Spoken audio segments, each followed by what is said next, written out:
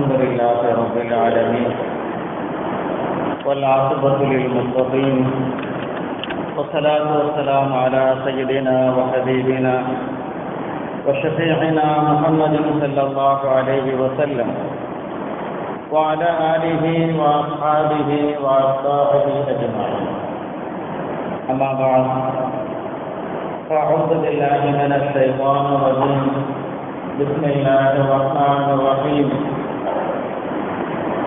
ولا يبدين زينتهن إلا لبعولتهن أو آبائهن أو آباء بعولتهن إلى آخر الآية. صدق الله العظيم.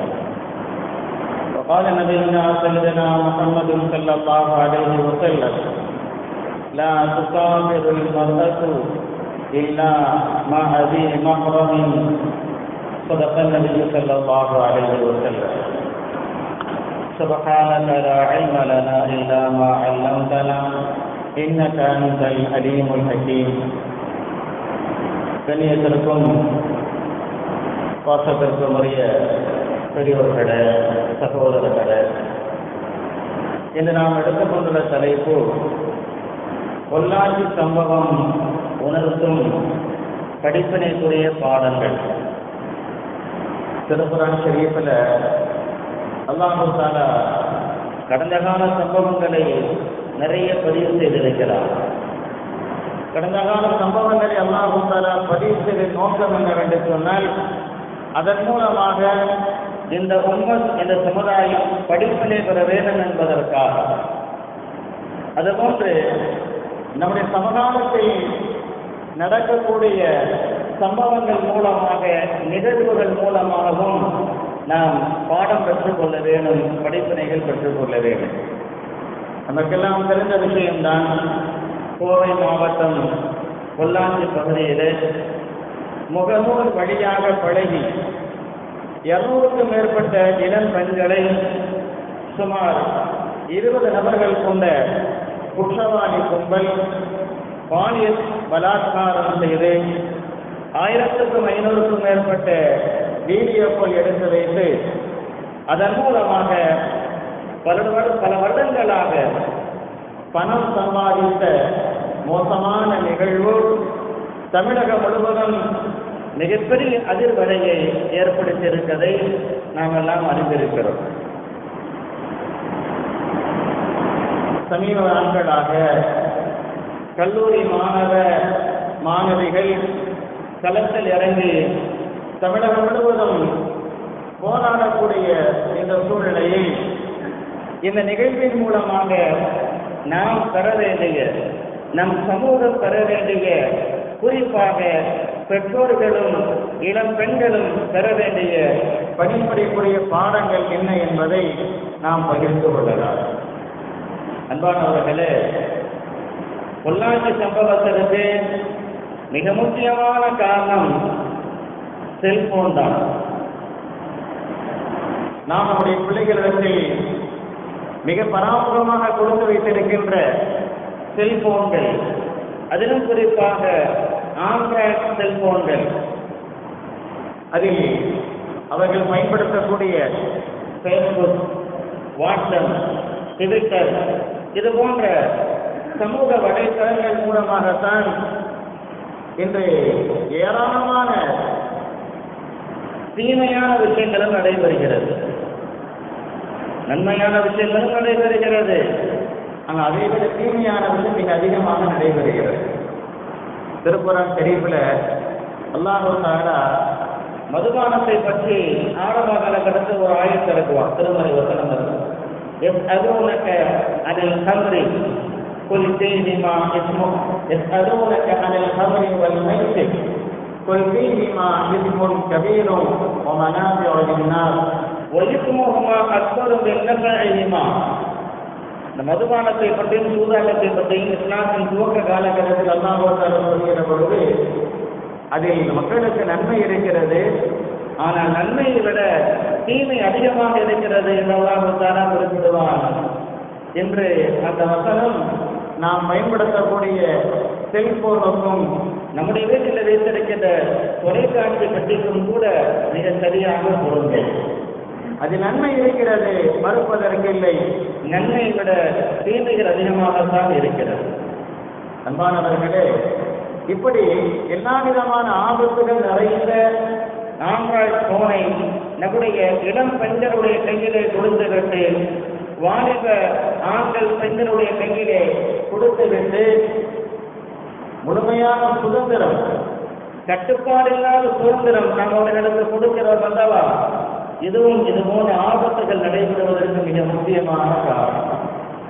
அன்பிற்குரிய பெற்றோர்களே, நாம் பருவ வயதை நெருங்கிய அல்லது பருவ வயதை அடைந்த நம்முடைய பிள்ளைகளிடத்தில், குறிப்பாக பெண் பிள்ளைகளிடத்தில் செல்போனை கொடுப்பதை முழுமையாக தவிர்த்து கொள்ள வேண்டும். ஒருவேளை கொடுக்க வேண்டிய கட்டாய சூழ்நிலை இருந்தால் நாம் அதனை கண்டிப்பாக கண்காணிக்க வேண்டும். அதன் வழியாக யாரோடு தொடர்பு வைத்திருக்கிறார்கள், அதன் வழியாக யாரிடத்தில் அதிகமாக பேசிக் கொண்டிருக்கிறார்கள் என்பதை கண்காணிக்கக்கூடிய பொறுப்பு ஒவ்வொரு தாய் தகவலும் உண்டு என்பதை நாம் கவனத்தில் கொள்ள வேண்டும். இல்லை, அவன் பெரிய பிள்ளையாயிட்டான், இனிமேல் நாம் அவனை கண்காணிப்பது அவன் நல்லா இருக்காது, அவன் சுதந்திரமாக நம்ம விட்டுறணும் என்று நீங்கள் சுதந்திரமாக விட்டுவிட்டால், கண்காணிப்பில்லாத கட்டுப்பாடு இல்லாத சுதந்திரத்தை ஏற்றி இருக்கக்கூடிய இளம் பெண்களுக்கு, இளம் ஆண்களுக்கு நீங்கள் கொடுத்து விட்டால், நிச்சயமாக அவர்களை வெளியெடுப்பதற்கென்று அவர்களோடு சேத்தான் இருந்து கொண்டிருக்கிறான். மிக சீக்கிரமாக தன்னுடைய சூழ்ச்சி வலையில் சிக்க வைத்து வழிகளுக்கு அழைத்து சென்று விடுவார். நம்மை நம்முடைய தாய் கண்காணித்துக் கொண்டிருக்கிறார்கள், நம்மை நம்முடைய தந்தை கண்காணித்துக் கொண்டிருக்கிறார்கள் என்ற உணர்வு இருந்தால், லேசான அச்ச உணர்வு இருந்தால், ஒருவருக்கு அவர்கள் தீமையான விஷயத்தை நோக்கும் செல்வதை தயக்கம் காட்டுவார் என்பதை நாம் கவனத்தில் கொள்ள வேண்டும். அன்பானவர்களே, இந்த 60க்கும் மேற்பட்ட பெண்கள் கற்பழிக்கப்பட்டிருக்கிறார்கள் என்று சொன்னால், அவர்களை எப்படி இந்த ஆண்கள் தொடர்பு கொண்டார்கள்? இந்த செல்போன் மூலமாகத்தான், இது இருக்கக்கூடிய பேஸ்புக் என்ற முகநூல் வழியாகத்தான், இருக்கக்கூடிய வாட்ஸ்அப்பின் மூலமாகத்தான் முதலாவதாக தொடர்பு ஆரம்பமாகிறது. பிறகுதான் அதனுடைய முடிவு ஆபத்தான கட்டத்திற்கு சென்று விடுகிறது. அன்பானவர்களே, இஸ்லாம் பெண்களை ஹிஜாபை பேண வேண்டும் என்று போதிக்கிறது. ஹிஜாப் என்று சொன்னால் என்ன? ஹிஜாப் என்பது தன்னுடைய உடலை முழுமையாக ஆடையை கொண்டு மறைத்துக் கொள்ள வேண்டும் என்பது மட்டுமல்ல. ஹிஜாப் என்று சொன்னால் அந்நிய ஆண்களை பார்க்காமல் இருப்பதும் ஹிஜாபில் கட்டுப்பட்டது. அந்நிய ஆண்களத்தை பேசாமல் இருப்பதும் ஹிஜாபில் கட்டுப்பட்டது. அந்நிய ஆண்களோடு தனிமையில் இல்லாமல் இருப்பதும் ஹிஜாபில் கட்டப்பட்டது. அந்நிய ஆண்களோடு வெளியே ஊர் சுற்றாமல் இருப்பதும் ஹிஜாபில் கட்டப்பட்டது. வேதனையான விஷயம் என்னன்னு சொன்னா, சில இளம் பெண்கள் தன்னை முழுமையாக மறைத்துக் கொள்கிறார்கள், தன்னுடைய முகத்தையும் மூடிக்கொள்கிறார்கள், கண்கள் மாத்திரமே வெளியே தெரிகிறது. அந்நிய ஆணோடு பைக்கில் அமர்ந்து ஊர் சுற்றுகிறார்கள். இதற்கு பேர் ஹிஜாபா? தன் உடலை மட்டும் மறைத்துக் கொண்டால் போதுமா? தன் கண்களை அந்நிய ஆணை விட்டு மறைக்க வேண்டாமா? தன் குரலை அந்நிய ஆணை விட்டு மறைக்க வேண்டாமா? அந்நிய ஆணை விட்டு தூரமாக விளங்கியிருக்க வேண்டாமா? வெறுமனே உடலை மாத்திரம் முழுமையாக பொறுத்துக் கொள்வது என்பது தன்னை யாரும் அடையாளம் கண்டு விடக்கூடாது என்பதற்காக, நான் யாரோடு செல்கிறேன், எதற்காக செல்கிறேன், எங்கே செல்கிறேன் என்பதை பிற நபர்கள் பார்த்துவிடக்கூடாது என்ற கேடயமாக ஹிஜாபை இந்த இளம் பெண்கள், சில இளம் பெண்கள் பயன்படுத்துவதை கண்கூடாக பார்க்க முடியாது. அன்பானவர்களே, அல்லாஹ் தஆலா திருக்குர்ஆன் ஷரீஃபிலே மிக தெளிவாக சொல்கிறார், வகுல்லில் முஃமினாத்தி, நபியே மூமினான பெண்களுக்கு சொல்லுங்கள், அவர்கள் தங்களுடைய பார்வைகளை தாங்கிக் கொள்ளட்டும், தன்னுடைய கற்பை பேணி பாதுகாத்துக் கொள்ளட்டும், தன்னுடைய மர்மஸ்தானத்தை பாதுகாத்துக் கொள்ளட்டும். அல்லாஹ் தஆலா மிக தெளிவாக சொல்கிறார். அன்பானவர்களே, எப்படி அந்நிய ஆண்களை நேரடியாக பார்ப்பது கூடாதோ அதுபோன்று பேஸ்புக் மூலமாக வாட்ஸ்அப் மூலமாக அவரை பார்ப்பதும் கூட, எப்படி அந்நிய ஆண்களிடத்தில் நேரடியாக பேசுவது கூடாதோ அதுபோன்று வாட்ஸ்அப் மூலமாக பேஸ்புக் மூலமாக அவர்களோடு பேசுவதும் கூடாது. ஆனா இன்னைக்கு சர்வசாதாரணமாக நம்முடைய இளைஞர்கள், நம்முடைய இளம் பெண்கள் வாட்ஸ்அப் மூலமாக பேஸ்புக் மூலமாக அந்நிய ஆண்களோடு பெண்கள் பழகுகிறார்கள், அந்நிய பெண்களோடு ஆண்கள் பழகிறார்கள். கேட்டா என்ன சொல்றார்? என்னுடைய கேர்ள் ஃப்ரெண்ட் இருக்கு, என்னுடைய பாய் ஃப்ரெண்டு. அன்பானவர்களே, இஸ்லாமிய ஷரியத்தில் பாய் ஃப்ரெண்டுக்கு கேர்ள் ஃப்ரெண்டுக்கு அனுமதியே கிடையாது. 10 வயது அடைந்ததற்கு பிறகு அந்நிய ஆணை பாய் ஃப்ரெண்டாக ஒரு பெண் வைத்துக் கொள்வதற்கு அல்லது அந்நிய பெண்ணை ஒரு ஆண் தன்னுடைய கேர்ள் ஃப்ரெண்டாக வைத்துக் கொள்வதற்கு மார்க்கத்தில் அனுமதியும் அனுமதி இல்லை. இன்னைக்கு என்னன்னு சொன்னா, தாங்கள் செய்யக்கூடிய தவறுகளுக்கு ஒரு அங்கீகாரம் தேவைப்படுகிறது, தாங்கள் செய்யக்கூடிய குற்றச்சாட்டுகளுக்கு ஒரு அங்கீகாரம் தேவைப்படுகிறது. எனவே நண்பர் என்ற வட்டத்திற்குள் தன்னுடைய தோழியை கொண்டு வந்து விட்டார், நண்பர் என்ற வட்டத்துக்குள் தன்னுடைய தோழனை கொண்டு வந்து விட்டால் யாரும் நம்மை பற்றி தவறாக நினைக்க மாட்டார்கள், நாம் எப்படி வேண்டாம் இருந்து கொள்ளலாம் என்ற சிந்தனை உணர்வு ஷைத்தானால் புகுத்தப்பட்டிருக்கிறது.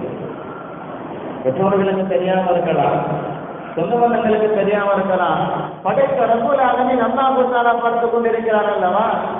அவருடைய பார்வையிலிருந்து நாம் தப்ப முடியுமா? அல்லாஹ் கண்காணித்துக் கொண்டிருக்கிறான் அல்லவா?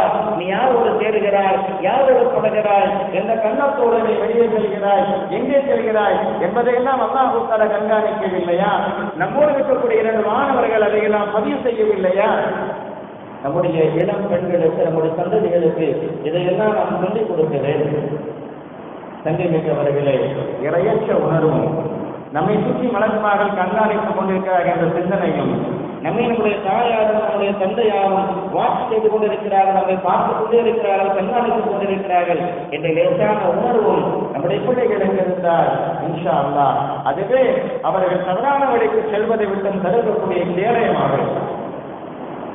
அன்பானவர்களே, இன்று நிறைய மிஸ் கால், புதிய புதிய நபர்கள் இருந்து மெசேஜ் என்று வலுவெடுக்கக்கூடிய கூட்டம், ஒரு மிகப்பெரிய கூட்டம் வெளியே இருந்து கொண்டிருக்கிறது. நம்முடைய சூழ்ச்சி வலையில் இளம் பெண்கள் சிக்க மாட்டார்களா என்று இயங்கக்கூடிய வல்லூர்கள் நிறைய இருந்து கொண்டிருக்கிறது. ஒரு மெசேஜ் அனுப்புவோம் அல்லது ஒரு கால் பண்ணுவான், திரும்ப என்ன பதில் என்னன்னு வருது, நீங்கள் யார், நீங்கள் ஏன் எதற்கு மெசேஜ் அனுப்புகிறீர்கள் என்ற கேள்வி அங்கிருந்து வந்தால் பிறகு கொஞ்சம் கொஞ்சமாக தொடரும். நான் யார் என்று அறிமுகப்படுத்துவான், எடுத்துள்ள தன்னுடைய உண்மையை சொல்ல மாட்டான், தன்னை மறைத்துக் கொண்டு தன்னை வேறுபடுவனாக காட்டுவான்.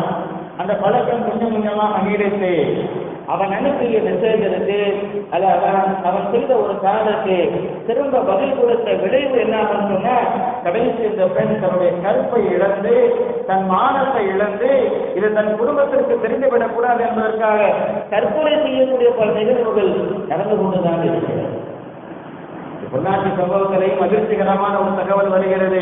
கோவை மாவட்டத்தில் கடந்த 2 வருடமாக பல இளம் பெண்கள் தற்கொலை செய்திருக்கிறார்கள். அவர்களெல்லாம் ஏன் தற்கொலை செய்தார் என்பதை தூண்டி எடுத்து மீண்டும் விசாரணை செய்யுங்கள். ஒருவேளை இந்த நிகழ்வுகளுக்கு காரணமாக இருக்குமோ என்ற கோணத்தில் பல அறைகூவல்கள் அரசாங்கத்திற்கு ஒதுக்கப்பட்டுக் கொண்டிருப்பதையும் நாம் பார்த்து கொண்டுதான் இருக்கிறோம்.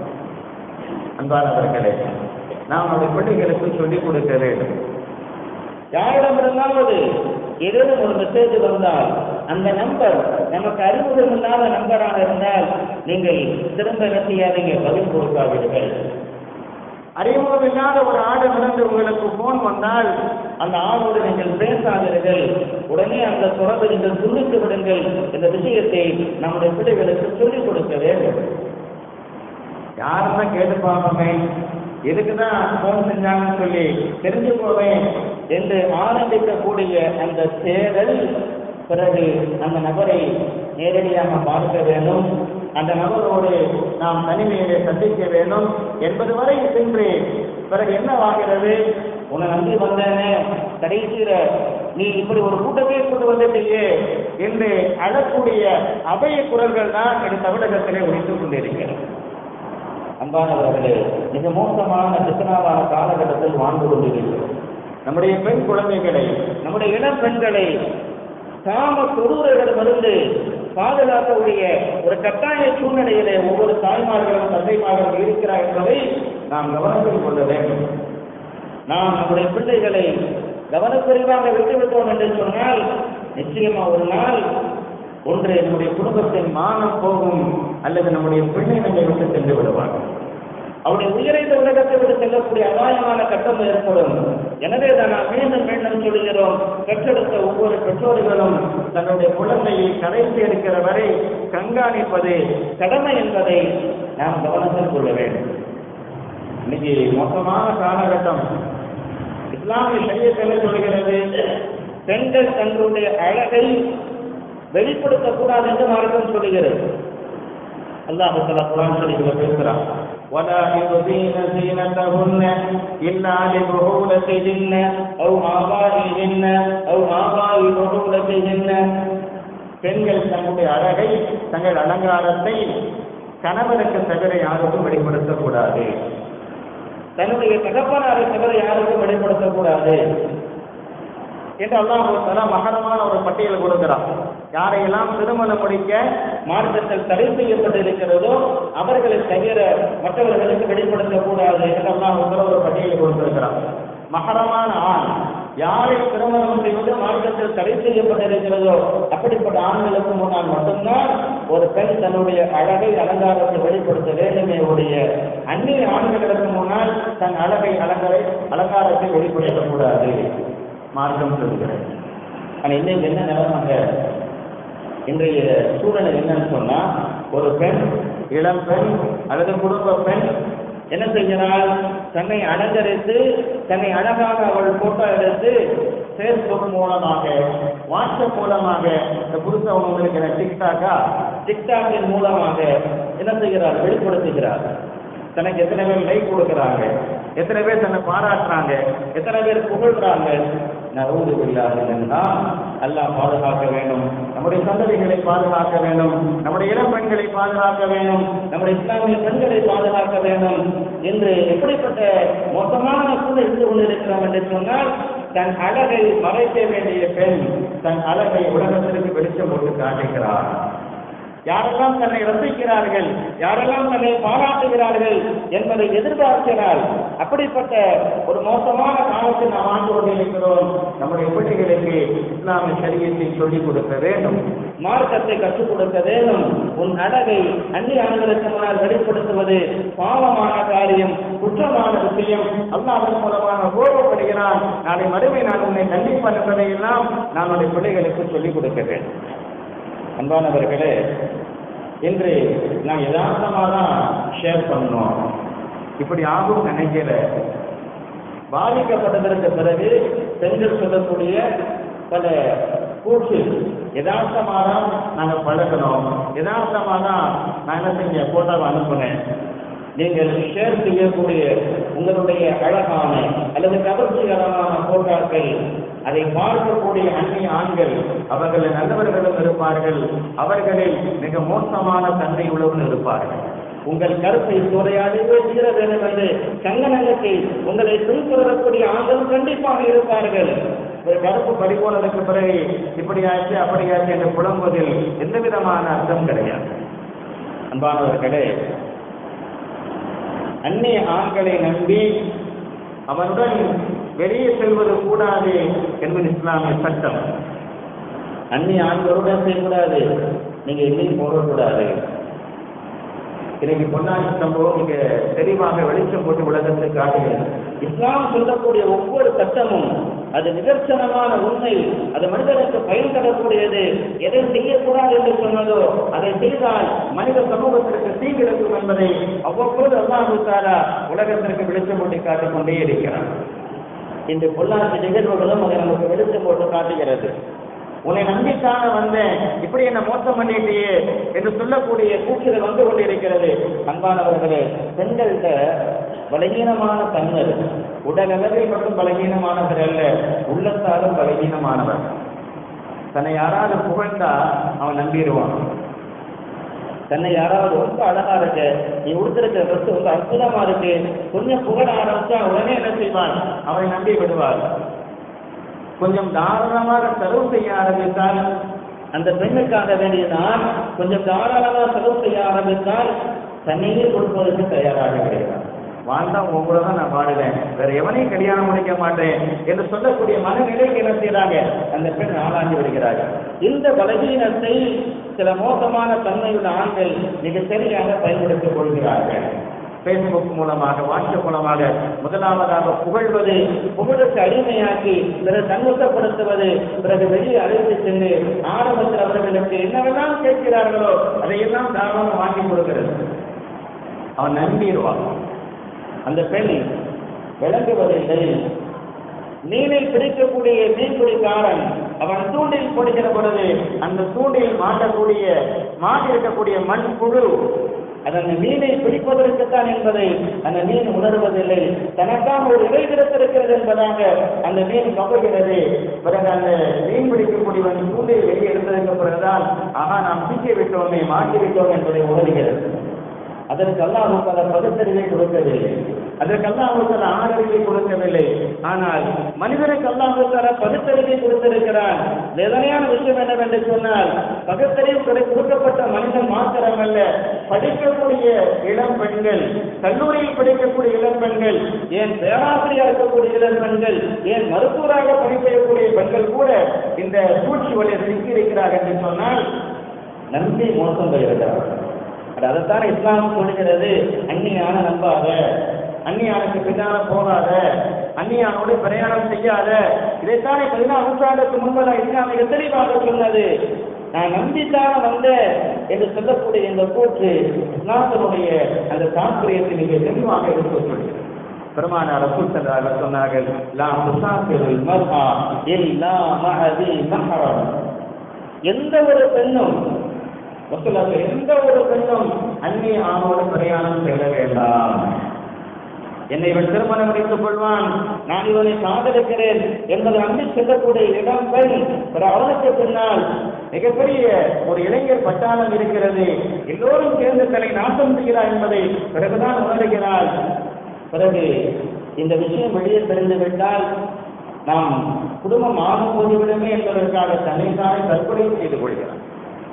அன்பானவர்களே, இஸ்லாத்தினுடைய ஒவ்வொரு அம்சத்தையும் நம்முடைய பிள்ளைகளுக்கு நாம் கற்றுக் கொடுக்க வேண்டும். குறிப்பாக நம்முடைய இளம் பெண்களுக்கு நாம் கற்றுக் கொடுக்க வேண்டும். அடுத்ததாக, பாதிக்கப்பட்ட பெண் தனக்கு நடந்த அநீதத்தை தைரியமாக வெளியில் சொல்ல வேண்டும். என்ன நடக்குதுன்னு சொன்னா, பயந்து நடுங்கி நம்மளை வீடியோ பிடிச்சி வச்சிருக்காங்களே, நம்மளை போட்டா பிடிச்சி வச்சிருக்காங்களே, இன்னைக்கு உலகம் முழுவதும் படைத்து கொண்டா நம்ம மானம் பறிபோயிருமே, குடும்பத்தின் மானம் பறிபோயிருமே என்பதை பயந்து நடுங்கி மீண்டும் மீண்டும் தன்னையே தண்டனைக்குள்ளாக்கி கொடுக்கிறாள்.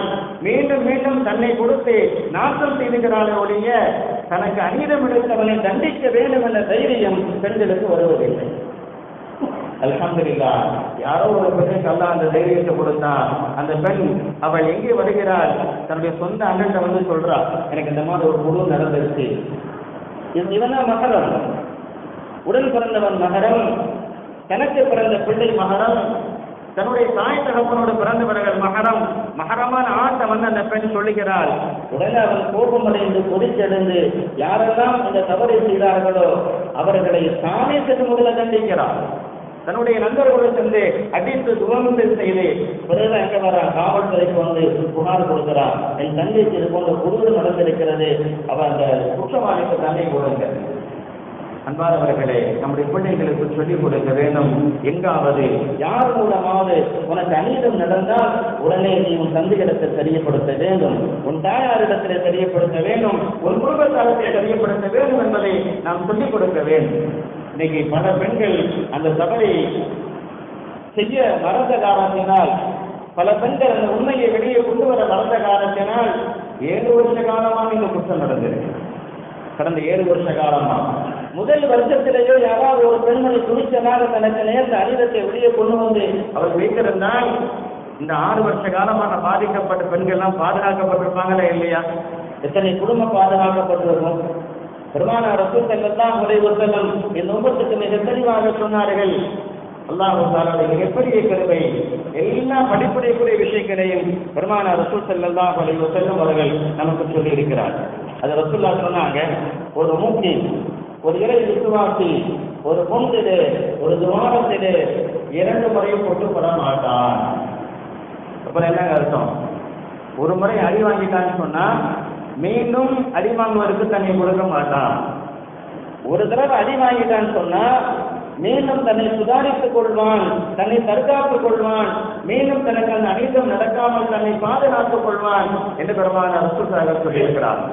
ஒரு முறை நாம் கற்பழிக்கப்பட்டு விட்டோமா, ஒரு முறை பலாபலத்தில் நடந்து விட்டதா, மீண்டும் நாம் அந்த குற்றத்திற்கு துணை சென்று விடக்கூடாது, என்னை கொடுத்து விடக்கூடாது. யார் குற்றம் செய்தானோ, யார் அநீதம் செய்தானோ அவனுக்கு தண்டனை வாங்கி கொடுத்தாக வேண்டும் என்று மீண்டும் நான் கொட்டுப்படக்கூடாது என்று அந்த பெண்கள் முடிவெடுத்திருந்தால், அன்பானவர்களே, இந்த குற்றவாளிகள் எல்லோரும் தண்டிக்கப்பட்டிருப்பார்கள். எனவே நாம் நம்முடைய பிள்ளைகளுக்கு சொல்லிக் கொடுக்க வேண்டும். யாராவது ஒரு ஆண் மூலமாக, அந்நிய ஆண் மூலமாக உனக்கு ஏதேனும் ஒரு தவறு நடந்தால், ஏதேனும் சங்கடப்படக்கூடிய நிகழ்வு நடந்தால் உடனே நீ உன் தந்தையிடத்தில் தைரியமாக சொல், உன் சகோதரத்தில் தைரியமாக சொல், உன் குடும்ப உறுப்பினத்தில் தைரியமாக சொல் என்பதை நம்முடைய பிள்ளைகளுக்கு நாம் சொல்லிக் கொடுக்க வேண்டும். அன்பானவர்களே, மானம் போயிருவேன், அந்த மானம் போன உயிரை போயிரு. உயிர் போவதற்கு பிறகு மானத்தை பற்றி கவலைப்பட வேண்டிய விஷயம் இடம் இருக்கிறது. உயிரோடு இருந்தால்தான் மானத்தை பற்றி கவலைப்படணும். உயிரை சென்று விடுகிறது என்று சொன்னால் ஒரு மானத்தை பற்றி என்ன நினைக்கணும்? பொதுநல சிந்தனையும் அங்கே வர வேண்டும். இஸ்லாம் பொதுநல சிந்தனை அதிகமாக நமக்கு ஊட்டுகிறது. நான் நல்லா இருந்தா போதும், மற்றவங்க எங்கேடு கேட்டு போனா பரவாயில்ல என்ற சிந்தனை சுயநலம். எனக்கு நடந்த இந்த அநீதம் யாருக்கும் நடக்கக்கூடாது, நான் செத்தாலும் பரவாயில்லை, இன்னொரு பெண் சாகக்கூடாது என்று ஒரு பெண் முடிவெடுக்கிற பொழுதுதான் அங்கே பொது நலம் வருகிறது. இந்த பொது நலத்தை தான் இஸ்லாம் அழுத்தமாக சொல்கிறது. எல்லா நபருக்கும் நலவை நாடு, மற்றவர்களுக்கு நலவை நாடு. தனக்கு ஏற்பட்ட கஷ்டம் பிறருக்கும் ஏற்படக்கூடாது என்று நினைக்கக்கூடாது. தனக்கு ஏற்பட்ட கஷ்டம் வேறு எவருக்கும் ஏற்படக்கூடாது என்ற சிந்தன உணர்வை நம் இஸ்லாம் மிக தெளிவாக நமக்கு போதித்திருக்கிறது. அன்பானவர்களே, நாம் நம்முடைய பிள்ளைகளுக்கு இவைகளெல்லாம் பாடமாக சொல்லிக் கொடுக்க வேண்டும். நாம் 11-11 சம்பவமாக நினைத்துக் கொண்டு நாம் கடந்து சென்று விடக்கூடாது. இறுதியாக நடந்த நிகழ்வு மிக மோசமான நிகழ்வுதான். அந்த பெண்கள் நம்முடைய சமுதாயத்தை சார்ந்த பெண்களாக இல்லாவிட்டாலும் சக மனிதன் என்ற அடிப்படையில், மனிதாபிமானம் என்ற அடிப்படையில் நாம் அவர்களுக்காக வருத்தப்படுகிறோம், கவலைப்படுகிறோம். குற்றம் செய்தவர்கள் கண்டிப்பாக தண்டிக்கப்பட வேண்டும். அந்த தண்டனை எப்படிப்பட்ட தண்டனையா இருக்க வேண்டும் என்று சொன்னால், இது போன்ற குற்றத்தை இனி யாரும் செய்யக்கூடாது என்று எல்லோருடைய உள்ளத்திலும் அச்சம் வர வேண்டும். அப்படிப்பட்ட தண்டனையார். இஸ்லாமிய சட்டங்களை பற்றி நிறைய விமர்சனம் செய்வார்கள். இஸ்லாமிய சட்டங்கள் ரொம்ப கடுமையானது, இஸ்லாமிய சட்டம் ரொம்ப கொடூரமானது என்பதெல்லாம் விமர்சனம் செய்வார்கள். எண்ணி பாருங்கள், இஸ்லாமில் என்ன சட்டம் சொல்கிறது? இந்த நிகழ்வு நடந்த இந்த நிகழ்வுக்கு இஸ்லாம் என்ன தண்டனை கொடுக்கிறது? திருமணம் முடித்து ஆணாம இருந்தால், யாரெல்லாம் கற்பழித்தார்களோ, யாரெல்லாம் பலாத்காரம் செய்தார்களோ அவர்களை நடுவீதியில் நிற்க வைத்து, மக்கள் மன்றத்தில் நிற்க வைத்து கல்லாலிருந்து கொள்ள வேண்டும். செஞ்சு பாருங்க, யார் யாரெல்லாம் இந்த கொடூரமான காம கல்யாணங்கள் செய்தார்களோ அப்படிப்பட்ட குற்றவாளிகளை கொண்டு வந்து வீதியில் நிற்க வைத்து, பாதிக்கப்பட்ட 60 பெண்களை வரவழைத்து கல்லால் இருந்து நீங்கள் கொலை செய்யுங்கள், எந்த ஆணுக்காவது மீண்டும் துணிச்சல் வருமா? இப்படிப்பட்ட கொடூரமான பாவத்தை செய்ய வேண்டும், இதன் மூலமாக பணம் சம்பாதிக்க வேண்டும் என்ற அந்த குறுகிய புத்தி வருமா யாருக்காவது? கண்டிப்பா வராது. இஸ்லாம் சில கட்டங்களில் கடுமையான தண்டனை கொடுக்கிறது என்று சொன்னால் அது பாதிக்கப்பட்ட நபர்களை கவனத்தில் கொள்கிறது. மீண்டும் எவரும் பாதிக்கப்படக்கூடாது என்பதை கவனத்தில் கொள்கிறது. நீங்கள் யாருக்காக பரிதாபப்படுகிறீர்கள்? இப்படி இவன் கொலை செய்யப்படுகிறானே, கல்லறிந்து கொலை செய்யப்படுகிறானே என்று ஒரு உயிருக்காக நீங்கள் பரிதாபப்படுகிறீர்கள். ஆனால் இஸ்லாம் இவனால் 1000 உயிர் பாதிக்கப்படக்கூடாது என்பதை தூரத்தோடு சந்திக்கிறது. இவனால் 1000 குடும்பம் பாதிக்கப்படக்கூடாது என்பதை இஸ்லாம் கவனத்தில் கொள்கிறது. அன்பானவர்களே, குற்றவாளிகளுக்கு மிக கடுமையான தண்டனை இந்திய அரசியல் சாசனத்தில் சொல்லப்பட்ட தண்டனையிலே உச்சபட்ச தண்டனை கொடுக்கப்படும் என்று சொன்னால் நிச்சயமாக இதுபோன்ற குற்றங்கள் மீண்டும் நிகழாமல் தடுக்க முடியும். அதற்கு அரசாங்கம் பொறுப்பேற்க வேண்டும். அரசாங்கத்திற்கு வலுத்திருக்கக்கூடிய, அரசாங்கத்திற்கு அழுத்தம் கொடுக்கக்கூடிய கடமை குடிமக்களை நமக்கு உண்டு என்பதை நாம் கவனத்தில் கொள்ள வேண்டும். எல்லாம் அல்லாஹ் தஆலா நம்முடைய சந்ததிகளை, குறிப்பாக நம்முடைய இளம் பெண்களை இன்றைய நவீன சாதனங்கள் மூலமாக, இந்த செல்போன் மூலமாக, வாட்ஸ்அப் மூலமாக, ட்விட்டர் மூலமாக, பேஸ்புக் முகநூல் வழியாக நம்முடைய இளம் சந்ததிகள், நம்முடைய இளம் பெண்கள் வழிகேட்டு சென்று விடாமல் அல்லாஹ் அவருடைய கருப்பையும் அவருடைய உயிரையும் மானத்தையும் ஈமானையும் அல்லாஹ் பாதுகாப்பானாக. வாசல் அல்ஹம்துலில்லாஹ்.